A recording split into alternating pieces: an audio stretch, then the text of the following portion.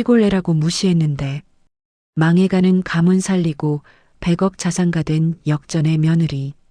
이른 아침 안개 자욱한 마을 어귀에 자리 잡은 기와집은 여전히 위세가 당당해 보였지요. 붉은 벽돌 담장을 따라 길게 늘어진 능소화가 그 집의 오랜 위엄을 말해주는 듯 했거든요. 사람들은 그 집을 보며 천석군 집안에 시집간 복 많은 며느리라며 침을 튀기며 부러워했답니다. 하지만 그 대문 안쪽의 사정은 겉보기와는 참으로 달랐지요. 오늘도 며느리 정숙은 동이 트기도 전에 차가운 부엌 바닥을 닦으며 하루를 시작했답니다. 정숙은 저 멀리 산골 마을에서 투박한 손마디를 가진 부모님 밑에서 자란 처녀였지요. 시댁 어른들은 그런 정숙의 집안이 변변치 않다며 혼인 초부터 은근한 눈치를 주기 일쑤였거든요. 시골 아이라 그런지 손끝이 맵지 못하다는 시어머니의 서슬 퍼런 꾸중에도 정숙은 그저 고개를 숙이고 예, 어머니, 더 살피겠습니다라고 나지막이 답할 뿐이었지요. 그런데 사실 이 집안의 금고는 이미 텅 비어 있었답니다. 시아버지가 무리하게 버려놓은 사업들은 줄줄이 모래성처럼 무너져 내리고 있었고 믿었던 사람들에게 배신을 당해 빚쟁이들이 대문 앞을 기웃거린 지 벌써 여러 달이었거든요. 겉으로는 여전히 고고한 척 비단옷을 휘감고 있었지만 속은 새까맣게 타들어가는 숫덩이와 같았지요. 시부모님과 남편은 그 사실이 부끄러워 정숙에게조차 숨기며 날카로운 신경질만 부려댔답니다. 정숙은 부엌 한 구석에서 쌀통을 열어보았지요. 바닥이 훤히 들여다보이는 그 깊은 어둠 속에서 그녀는 직감했답니다. 아, 이 집이 정말 큰 풍랑 앞에 서 있구나 하고 말이지요. 하지만 정숙은 울지 않았답니다. 시골에서 나고 자라며 가뭄에도 꿋꿋이 버티는 나무를 보고 자랐기에 그녀의 심지는 누구보다 단단했거든요. 남편은 매일 밤 술 기운을 빌려 한숨을 내뱉었고 시어머니는 화풀이 하듯 정숙의 살림살이를 타박했지만 정숙은 그 모든 것을 조용히 받아냈지요. 어느 날 오후 시어머니는 정숙에게 해진 버선을 내던지며 모진 소리를 했답니다. 내가 복이 없어서 우리 집안에 이런 기운이 도는 게 아니냐? 라며 말이지요. 정숙은 그저 묵묵히 그 버선을 주워들었지요. 그녀의 눈가에 잠시 이슬이 맺혔지만 이내 강인한 빛이 스쳤답니다. 사실 정숙에게는 아무도 모르는 비책이 하나 있었거든요. 시골 친정 아버지가 시집 보낼 때 건네주셨던 낡은 보자기 속에 꽁꽁 숨겨둔 무언가가 이 집안의 운명을 바꿀 씨앗이 될 줄은 그 누구도 꿈에도 몰랐지요. 정숙은 마당을 쓸며 저 멀리 노을지는 하늘을 바라보았답니다.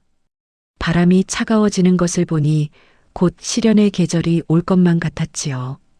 하지만 그녀는 다짐했답니다.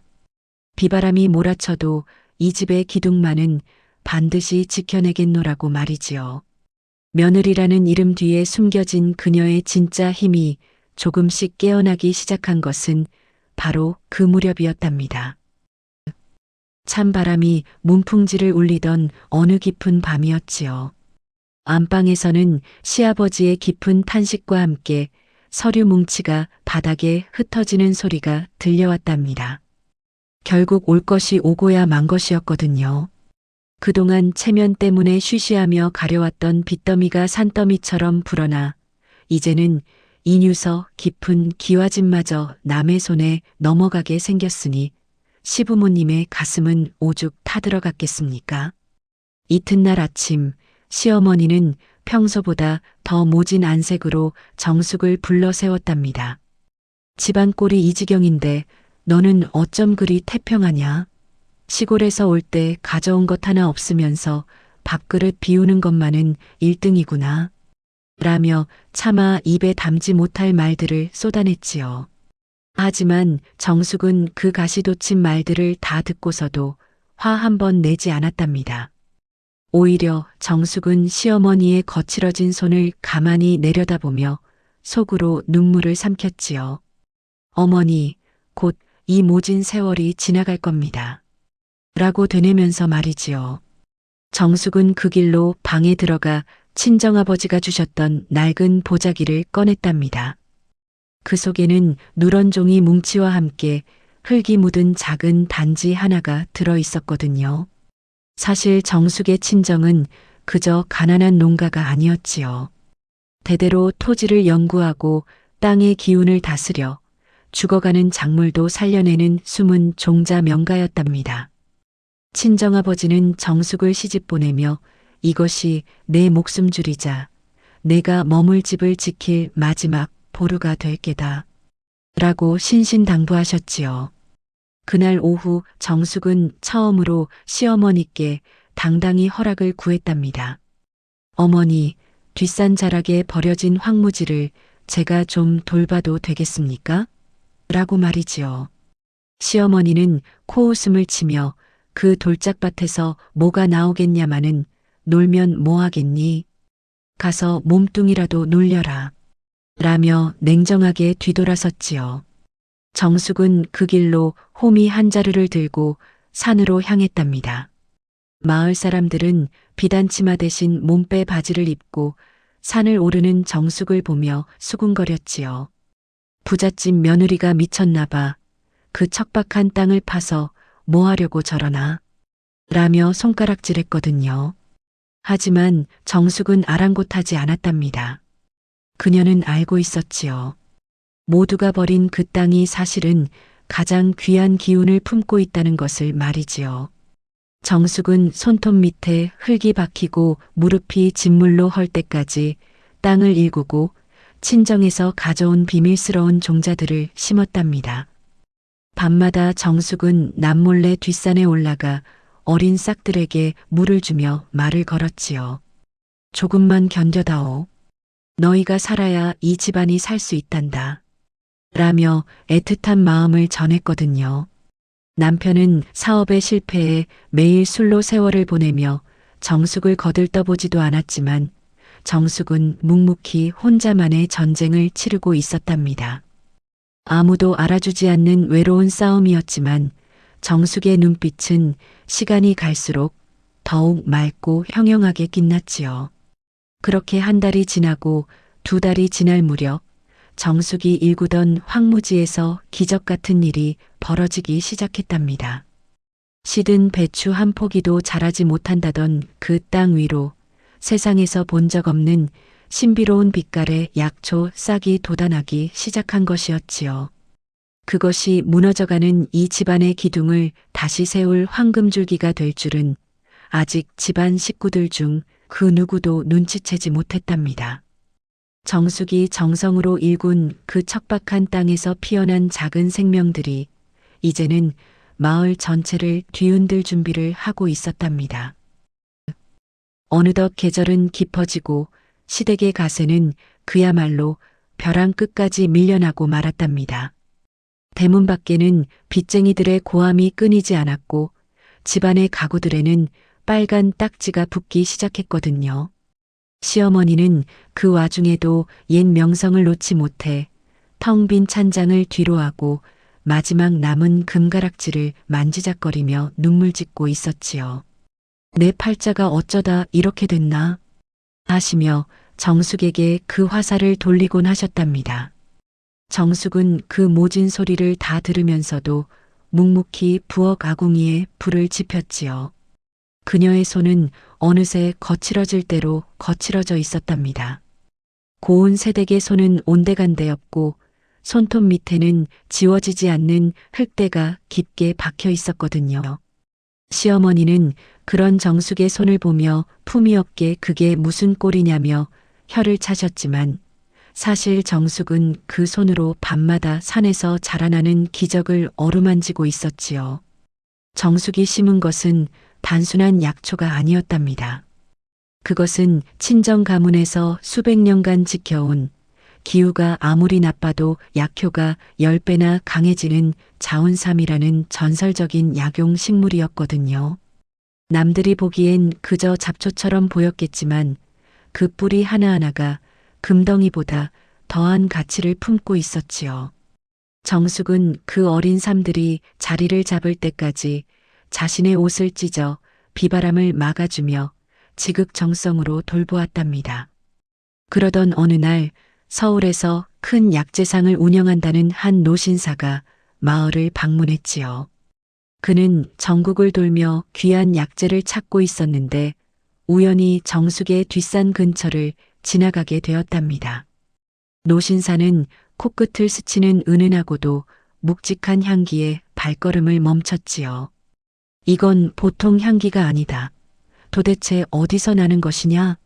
라며 수소문 끝에 정숙의 황무지에 도달했거든요. 그는 정숙이 일군 밭을 보고는 입을 다물지 못했답니다. 세상에 이 귀한 자원삼을 이 척박한 땅에서 키워내다니. 이 밭 주인은 대체 누구란 말이오? 노신사의 감탄 섞인 목소리가 산기슭을 울렸지요. 마침 밭을 돌보던 정숙이 고개를 들자 노신사는 그녀의 투박한 손과 맑은 눈망울을 보고 단번에 알아챘답니다. 이 여인이 예사 인물이 아니라는 사실을 말이지요. 노신사는 당장 그 자리에서 정숙에게 계약을 제안했답니다. 부인, 이 삶들은 내가 지금껏 본 것 중 최고입니다. 내가 죗값을 톡톡히 쳐줄 테니 모두 내게 넘기시지요. 라며 거액의 수표 뭉치를 꺼냈거든요. 정숙은 그 돈을 보고도 눈 하나 깜짝하지 않았지요. 대신 그녀는 정중히 고개를 숙이며 이 약초들은 제 개인의 것이 아니라 저희 집안의 뿌리를 살릴 귀한 생명입니다. 적당한 시기가 되면 제가 직접 찾아뵙겠습니다. 라고 답했답니다. 그날 저녁 정숙은 흙 묻은 치마를 털며 집으로 돌아왔지요. 안방에서는 시부모님이 집을 비워줘야 할 마지막 날짜를 앞두고 통곡에 가까운 한숨을 내쉬고 있었답니다. 정숙은 조용히 차를 다려 안방 문을 두드렸지요. 어머니, 아버님, 차 한 잔 드시고 기운 차리셔요. 정숙의 목소리는 여느 때처럼 차분했지만 그 안에는 거센 폭풍우를 잠재울 만한 단단한 힘이 실려 있었답니다. 정숙의 차분한 목소리 뒤에는 무너지는 집안을 홀로 어깨에 맨 여인의 숭고한 결의가 담겨 있었지요. 정숙이 내어온 찻잔에서는 평소와 다른 기이하고도 향긋한 내음이 감돌았답니다. 시어머니는 여전히 부은 눈으로 찻잔을 밀쳐내려 했지만 그윽한 향기에 이끌려 자신도 모르게 한 모금 입에 대었지요. 그런데 참으로 신기한 일이었답니다. 목을 타고 넘어가는 찬물이 마치 얼어붙은 가슴팍을 어루만지듯 따스하게 퍼져나갔거든요. 시부모님은 그 차 한 잔에 며칠간 쌓였던 피로가 씻은 듯 사라지는 기분을 느꼈지요. 애야, 이 차는 도대체 무엇으로 달인 것이냐? 향이 참으로 깊구나. 시아버지가 오랜만에 기운 없는 목소리로 물었답니다. 정숙은 그저 엷게 웃으며 뒷산에서 캔 뿌리 몇 개를 다렸을 뿐이랍니다. 마음을 편히 가지셔요, 아버님. 이라고만 답했지요. 사실 그 찬물에는 정숙이 애지중지 키운 자온삼의 잔뿌리가 들어가 있었거든요. 그 귀한 것을 가족들의 기운을 북돋기 위해 아낌없이 내어놓은 것이었지요. 하지만 집안의 사정은 한치 앞을 볼 수 없는 낭떠러지였답니다.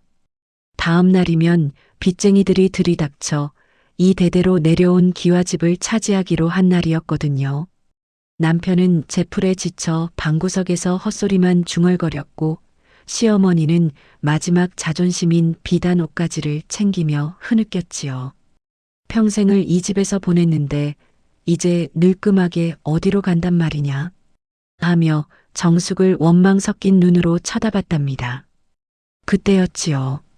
대문 밖에서 수십 명의 발소리와 함께 웅성거리는 소리가 들려왔답니다. 시부모님은 얼굴이 하얗게 질려 결국 사달이 났구나 하며 몸을 떨었지요. 빚쟁이들이 몽둥이라도 들고 찾아온 줄 알았던 것이거든요. 그런데 대문을 열고 들어선 이들은 험악한 사내들이 아니라 어제 정숙을 만났던 서울의 노신사와 정장 차림의 수행원들이었답니다. 이댁 며느님을 뵈러 왔습니다. 노신사의 우렁찬 목소리에 시부모님은 어리둥절한 표정으로 정숙을 쳐다봤지요. 정숙은 조용히 마당으로 나가 노신사를 맞이했답니다. 노신사는 시부모님 앞에서 정중히 허리를 숙이며 말했지요. 이댁 며느님께서 키워내신 자원삼은 국보급 약재입니다. 저희 제약회사에서 이 산 전체를 연구단지로 지정하고 부인께 기술 고문직을 부탁드리고 싶어 이렇게 찾아왔습니다. 시부모님은 귀를 의심했답니다. 그저 시골에서 온 말수적은 아이인 줄만 알았던 며느리가 이름만 대면 다 아는 대기업 회장님 앞에 당당히 서 있었거든요. 노신사는 가져온 가방에서 두툼한 서류와 함께 계약금이라며 거액의 수표를 내놓았지요. 그 금액은 이 집안의 빚을 모두 갚고도 남을 만큼 엄청난 액수였답니다. 남편과 시어머니는 입을 벌린 채 얼어붙고 말았지요. 그동안 며느리가 손톱 밑에 흙이 박히도록 산을 오르내렸던 것이 미쳐서 그런 것도 아니고 팔자가 사나워서 그런 것도 아니었다는 사실을 비로소 깨달았거든요. 정숙은 그 수표를 직접 받지 않고 시아버지의 손에 쥐어드렸답니다. 아버님, 이 집은 저희 조상 대대로 내려온 터전입니다. 제가 어찌 이 집이 남의 손에 넘어가는 것을 보고만 있겠습니까? 정숙의 그 한마디에 시어머니는 그 자리에 주저앉아 엉엉 울음을 터뜨리고 말았답니다. 그동안 모질게 굴었던 미안함과 무너져가는 집안을 살려준 고마움이 뒤섞여 가슴을 쳤거든요. 하지만 이것은 시작에 불과했지요. 며느리 정숙의 진짜 정체는 그저 종자 명가의 딸이 아니었거든요. 그동안 며느리의 구분 등을 무시했던 식구들은 이제야 그녀의 진가를 보게 되었지요. 집안을 덮쳤던 빚잔치가 정숙의 기지로 일단락되자 마을 사람들과 시댁 식구들 사이에서는 정숙을 보는 눈이 180도 달라졌답니다. 하지만 정숙은 여전히 예전처럼 수수한 무명 치마를 입고 부엌일을 돌봤지요. 그러던 어느 날 서울에서 온 노신사보다 더 높은 기세를 풍기는 검은 세단들이 줄지어 마을 어귀에 들어섰답니다. 그 차들에서 내린 이들은 놀랍게도 국가기록원 소속의 연구원들과 은퇴한 노교수들이었지요. 그들은 정숙을 보자마자 허리를 90도로 꺾으며 교수님, 드디어 찾았습니다. 라고 외쳤거든요. 시부모님은 그 광경을 보고 뒤로 넘어갈 뻔했답니다. 시골 처녀인 줄만 알았던 며느리가 국가에서 애타게 찾던 전설적인 인물이었을 줄은 꿈에도 몰랐거든요. 사실 정숙은 젊은 시절 사라져가는 토종 종자를 복원하고 기아 문제를 해결할 핵심 기술을 보유했던 천재 농학자였답니다. 하지만 연구 성과를 가로채려는 세력들의 음모와 배신의 환멸을 느끼고 모든 이름을 버린 채 깊은 시골로 숨어들었던 것이지요. 정수가 아니, 교수님, 이게 다 어찌 된 일이냐? 시아버지가 떨리는 목소리로 물었지요. 정숙은 그저 부드럽게 웃으며 시아버지의 찻잔에 물을 채웠답니다. 아버님, 제가 잠시 세상의 소란을 피해 이곳에 머물렀던 것뿐이랍니다. 하지만 이 집안의 어른들께서 저를 가족으로 받아주셨기에 저도 제 소임을 다하고 싶었을 뿐이지요. 정숙은 그저 기술자일 뿐만 아니라 이미 해외에서도 그 가치를 인정받아 엄청난 로열티를 축적해온 숨은 자산가이기도 했답니다. 그녀가 그동안 시어머니의 온갖 구박을 견디며 묵묵히 살았던 것은 화려한 명성보다 사람의 진심을 먼저 확인하고 싶었기 때문이었지요. 정숙은 이제 더 이상 숨지 않기로 했답니다. 집안을 다시 세우기 위해서는 자신의 진짜 힘을 세상 밖으로 드러내야 했거든요. 시어머니는 지난날 자신이 며느리에게 퍼부었던 독설들을 떠올리며 얼굴이 화끈거려 고개를 들지 못했답니다. 나는 내가 그저 무식한 시골 아이인 줄로만 알았는데 내가 참으로 눈이 멀었었구나 라며 뒤늦은 후회를 했지요. 하지만 정숙은 시어머니의 손을 가만히 맞잡았답니다. 어머니, 고통은 나누면 반이 되고 기쁨은 나누면 배가 된다고 하지 않았습니까? 이제 이 집안에 눈물 흘릴 일은 없을 것이거든요. 정숙의 정체가 밝혀지자 이제껏 시댁을 무시하던 주변 사람들은 앞다투어 머리를 조아리기 시작했답니다. 정숙은 그들을 탓하기보다 자신이 가진 지식과 자본으로 마을 전체를 부유하게 만들 프로젝트를 구상하기 시작했지요. 그동안 며느리를 복없는 아이라 손가락질하던 이들은 이제 정숙의 그림자조차 함부로 밟지 못하게 되었답니다. 하지만 정숙은 화려한 대접을 받기보다 여전히 텃밭의 흙을 만지는 것을 좋아했지요. 이제 그 평온함 속에서 정숙이 왜 그토록 이 집안에 집착하며 버텼는지 그 애틋한 속사정이 드러나기 시작한답니다. 정숙의 정체가 온 세상에 알려진 뒤로 시댁의 기와집 앞은 연일 문전성시를 이뤘답니다. 높은 관료들부터 큰 상인들까지 정숙의 얼굴 한번 보기를 간청했지만 정숙은 그 모든 영광을 뒤로하고 평소처럼 시어머니의 점심상을 차렸지요. 시어머니는 이제 정숙이 숟가락만 들어도 황공해하며 어쩔 줄을 몰라 했거든요. 애야, 이제 이런 일은 사람을 써도 되지 않겠니? 내 손이 금손인데 어찌 물을 묻히느냐? 라며 안절부절 못하셨답니다. 정숙은 그저 인자하게 웃으며 시어머니의 밥 위에 보리굴비 한 점을 올려드렸지요. 어머니, 제가 잘나서 이 집을 살린 게 아니랍니다. 이 집안의 기둥이 튼튼했기에 제가 그 밑에서 싹을 틔울 수 있었던 것이거든요. 정숙의 이 겸손한 말 한마디는 시어머니의 가슴에 깊은 울림을 주었답니다. 사실 시어머니도 젊은 시절엔 이 집안을 지키기 위해 자신의 청춘을 다 바친 강인한 여성이었음을 정숙은 진작부터 알고 있었지요.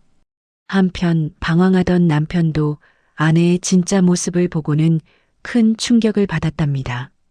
자신이 무능해서 집안이 망해갈 때 아내는 홀로 거대한 산처럼 집을 지탱하고 있었다는 사실에 부끄러움이 앞섰던 것이지요. 남편은 술병을 깨뜨리고 정숙 앞에 무릎을 꿇었답니다. 내가 참으로 못난 놈이었소. 당신이 누구인지도 모르고 집만 지웠구려. 라며 눈물을 흘렸지요. 정숙은 그런 남편의 거친 손을 따뜻하게 감싸주었답니다. 정숙이 이 집안에서 버틴 것은 단순히 돈이나 명예 때문이 아니었지요. 사실 정숙의 친정아버지는 오래전 이 집안의 선대 어른에게 큰 목숨의 빚을 진 적이 있었답니다. 전쟁통에 굶어 죽어갈 때 씨앗 한 주머니를 건네주며 살 길을 열어준 이가 바로 지금 시아버지의 부친이었거든요. 정숙은 어릴 적부터 아버지에게 그 은혜를 잊지 말라는 교육을 받으며 자랐고 이 집안이 위기에 처했다는 소식을 듣자마자 스스로 며느리가 되기를 자처했던 것이었지요. 은혜는 바위에 새기고 원수는 물에 새기라 하셨지요. 정숙은 남몰래 사당에 들어가 조상님들께 절을 올리며 은조렸답니다. 그녀에게 이 집안은 단순히 시댁이 아니라 아버지가 평생을 갚고 싶어 했던 생명의 빚 그 자체였거든요. 그래서 정숙은 시어머니의 구박이 아무리 매서워도 남편의 방황이 아무리 깊어도 흔들리지 않고 뿌리를 내릴 수 있었답니다. 이제 집안의 빚은 모두 청산되었고 정숙이 개발한 자원삼은 마을의 주력 산업이 되어 온 동네가 활기를 띠기 시작했지요. 하지만 호사다마라고 했던가요? 집안이 다시 일어서자마자 생각지도 못한 곳에서 정숙을 시기하는 검은 손길이 뻗어오기 시작했답니다. 정숙이 지키려 했던 것은 단지 돈만이 아니었기에 그녀는 다시 한번 결단이 필요한 순간을 맞이하게 되었지요. 집안이 번성하고 웃음꽃이 피기 시작하자 이제는 외부의 시샘 어린 시선들이 정숙을 가만두지 않았답니다. 정숙이 키워낸 자원삼의 가치가 천정부지로 치솟자 과거 시아버지를 배신했던 옛 동업자들이 비굴한 웃음을 띠며 다시 나타났답니다. 그들은 정숙의 기술을 빼앗기 위해 며느리가 숨겨둔 재산이 사실은 부정한 돈이다라는 헛소문을 퍼뜨리며 집안을 다시 풍비박산 내려 했거든요. 시어머니는 그들의 선동에 잠시 흔들리는 듯 했지만 정숙은 이번만큼은 물러서지 않았답니다. 사실 정숙이 그토록 모진 구박을 견디며 이 집안에 집착했던 데에는 시아버지의 은혜 외에도 아무에게도 말 못한 가슴 아픈 비밀이 하나 더 있었지요. 오래전 정숙이 연구원으로 활동하던 시절 불의의 사고로 동료를 잃었던 적이 있었답니다. 그때 절망에 빠져 삶을 포기하려던 정숙을 아무 연고도 없이 거두어 따뜻한 밥 한 끼를 먹여주고 다시 살 수 있는 용기를 주었던 이가 바로 젊은 시절의 시어머니였거든요. 시어머니는 기억조차 못하는 그 짧은 인연이 정숙에게는 평생의 등불이 되었던 것이지요. 어머니, 기억하시나요? 20년 전 눈보라 치던 날 길가에 쓰러진 처자에게 목도리를 감싸주며 살아야 한다고 말씀하셨던 그날을요. 정숙의 떨리는 목소리에 시어머니는 찻잔을 떨어뜨리고 말았답니다. 그저 무시하고 핍박했던 며느리가 사실은 자신이 베푼 작은 선행을 목숨 걸고 갚으러 온 은인이었다는 사실을 비로소 깨달았거든요. 정숙은 눈시울을 붉히며 말을 이었답니다. 저는 제 동료를 지키지 못했지만 어머니께서 지켜주신 제 목숨으로 이 집안의 아이들과 미래를 지키고 싶었답니다. 그래서 제가 그토록 서러운 소리를 들어도 웃을 수 있었던 것이지요. 이 고백의 안방은 순식간에 울음바다가 되었답니다. 시어머니는 정숙을 끌어안고 내가 죽을 죄를 지었다. 이 귀한 아이를 내가 몰라보고 하며 목 놓아 우셨지요. 정숙은 시댁 식구들을 위해 자신의 모든 특허권과 재산을 가문의 공동 자산으로 돌려놓았답니다. 자신이 영웅이 되기보다 이 집안의 구성원 모두가 스스로 일어설 수 있는 힘을 길러주고 싶었거든요. 시기하던 무리들도 정숙의 이 깊고 숭고한 진심 앞에서는 결국 무릎을 꿇고 물러날 수밖에 없었지요. 이제 정숙은 더 이상 시골에서 온 며느리가 아니었답니다. 그녀는 이 집안의 과거와 현재 그리고 미래를 잇는 거대한 뿌리이자 진정한 주인으로 우뚝 섰지요. 서러움이 인내가 되고 그 인내가 마침내 찬란한 카타르시스가 되어온 집안을 환하게 비추는 순간이었답니다. 세월은 유수와 같아서 정숙이 처음 이 집에 들어왔을 때의 그 서늘했던 공기는 이제 찾아볼 수 없게 되었답니다. 무너져가던 기와집은 이제 전국에서 가장 아름다운 전통 농업 연구소이자 마을의 상징으로 다시 태어났거든요. 하지만 정숙은 여전히 해가 뜨면 가장 먼저 텃밭으로 나가 흙을 만졌지요. 그녀에게는 수억 대의 자산보다 손톱 밑에 스며드는 흙내음이 더 소중했으니까요. 마을 사람들은 이제 정숙을 며느리라 부르는 대신 우리 마을의 수호신이라 불렀답니다. 정숙은 자신의 기술로 벌어들인 수익을 마을 노인들의 복지와 아이들의 공부방을 짓는데 아낌없이 내놓았거든요. 남을 돕는 것이 사실은 자신을 돕는 길임을 정숙은 삶의 지혜로 이미 알고 있었지요. 시어머니는 이제 정숙의 가장 든든한 아군이자 친구가 되었답니다. 두 사람은 가끔 마루에 앉아 함께 자원삼차를 마시며 지난 날을 회상하곤 했지요. 내가 그때 너를 왜 그리 구박했는지. 지금 생각하면 얼굴이 화끈거려 살 수가 없구나. 시어머니의 농담 섞인 고백에 정숙은 그저 시어머니의 손을 꼭 맞잡으며 답했답니다.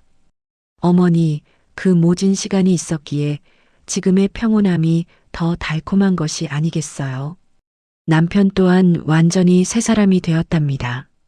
아내의 깊은 뜻을 이어받아 농장을 관리하며 정숙이 지키고자 했던 가치가 무엇인지 몸소 배우고 있었거든요.